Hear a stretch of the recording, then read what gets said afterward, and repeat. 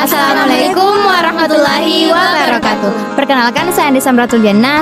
Saya Febriana. Saya Elsa. Saya Kesia.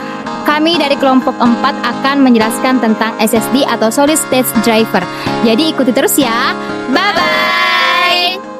Halo teman-teman, baik, kali ini saya akan menjelaskan definisi tentang SSD. Nah, apa sih itu SSD? Kita tahu bahwa SSD itu merupakan salah satu perangkat keras yang dimana kita gunakan untuk menyimpan data.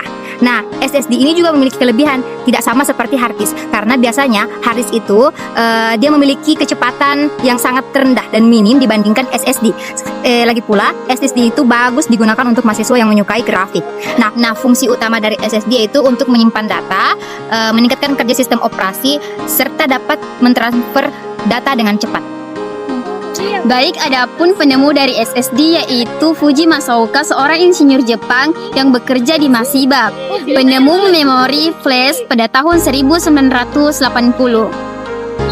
Adapun komponen-komponen dalam SSD yaitu yang pertama addressing, yang kedua controller, yang ketiga data buffer, yang keempat flash memory base, yang kelima drum base, yang keenam baterai. SSD pertama kali diperkenalkan pada tahun 1970-an untuk kebutuhan enterprise oleh perusahaan seperti Tech dan Texas Memory System.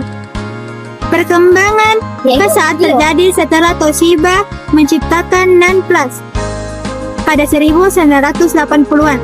Perusahaan kunci seperti SanDisk, Samsung, Micron, Kioxia atau Toshiba, SK Hynix, dan Western Digital memproduksi SSD pada masa. Kontroler dari Phison, Silicon Mission, dan GM Micron juga berperan penting. Hingga 2025, SSD berevolusi dari SATA ke NVMe dengan kapasitas besar dan teknologi 3D NAND yang meningkatkan performa dan efisiensi. Itulah. Adapun tata cara kerja SSD yang pertama itu SSD menyalin data lama ke blok yang tersedia. Selanjutnya SSD menghapus blok asli dan menulis ulang data dengan perubahan pada blok baru. SSD memiliki ruang internal, eksternal untuk memindahkan dan untuk sementara waktu menduplikasi data. Sebagai pengguna, Anda tidak dapat mengakses penyimpanan tambahan ini. 5.000 di kampung. Jadi adapun penyimpanan SSD atau Solid State Drive adalah drive penyimpanan yang paling umum saat ini.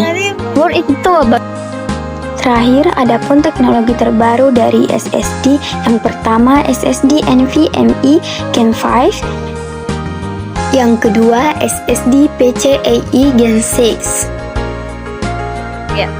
Itulah penjelasan singkat dari kami. Sekian dan terima kasih. Wassalamualaikum warahmatullahi wabarakatuh. See you.